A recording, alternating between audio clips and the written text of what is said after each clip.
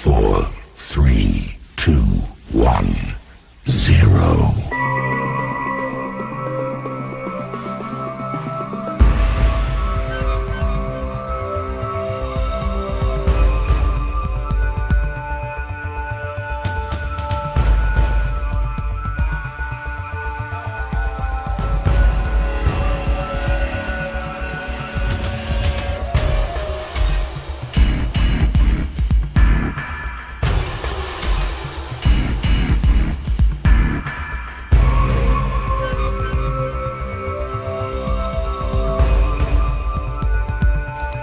Sa isla ng Lapu-Lapu, kung saan mayroon nang naglalakihang at mga sikat na paaralan, ay may kalapit na isang isla.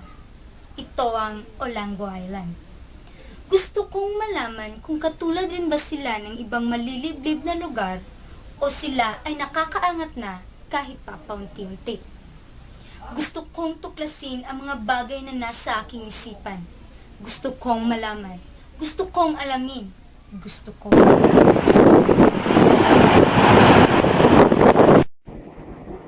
Kaya naman, alas 7 pa lamang ng umaga ay handa na ako at ang aking mga kasamahan.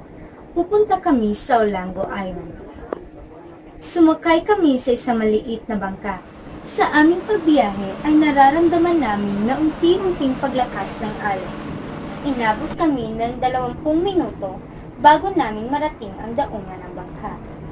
Sa daungan ay diretso na kami sa pagsakay sa isang tricycle. Patungo kami sa Nemesio Epifanio Taneo Memorial High School, isang mataas na paaralan sa Tinggo, bayan ng Olango. Pagkarating namin sa nasabing paaralan, may nakilala kaming isang mag-aral doon.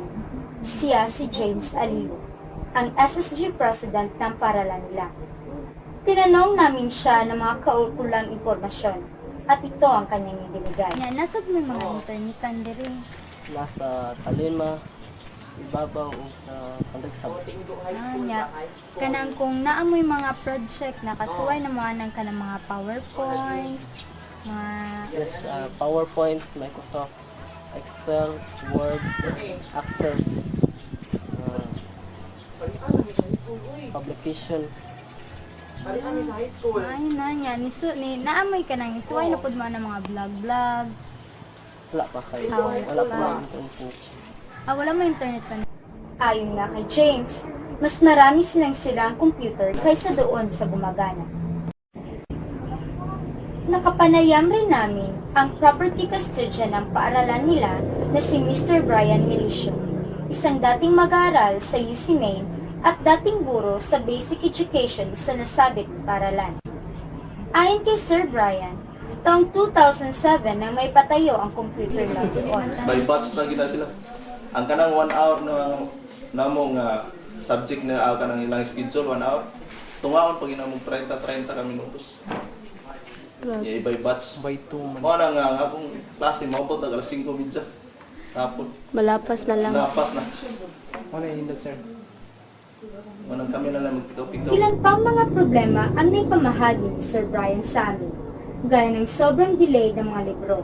Sabi pa nga niya, kung ngayon ang request ng mga libro, ay sa susunod pa na mga taon ang dating. Ang ratio karon may niabot nga libro. Bonis to gyapon. Umuwi din ko lang yung machine. Karon naabot naman ang mga bagong libro. Di pang-ilisa naman na kay for 5 years sila pang-ilisa.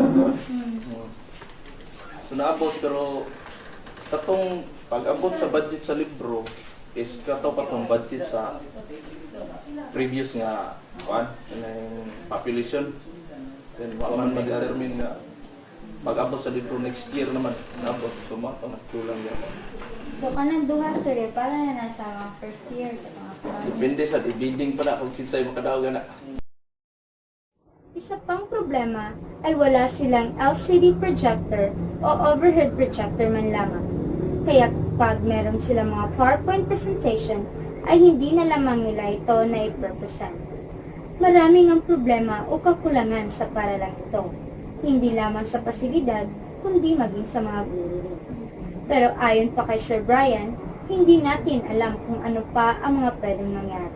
Malay natin, Baka sa susunod na mga taon ay maging kumpleto na ang mga pasilidad nila. Ito ang realidad na nangyayari sa mga maliliit na isla dito sa ating bansa. Mahirap sa simula, pero ganyan naman talaga, di ba? Bago mo makuha ang iyong mga gusto. Tama nga si Sir Brian, walang sino man ang may alam sa kasalukuyan. Malay nga natin, di ba? Ito ang mga impormasyong aking nakala. Ako si Glenn Baguio at ito ang nakatala sa aking Educator's Journal.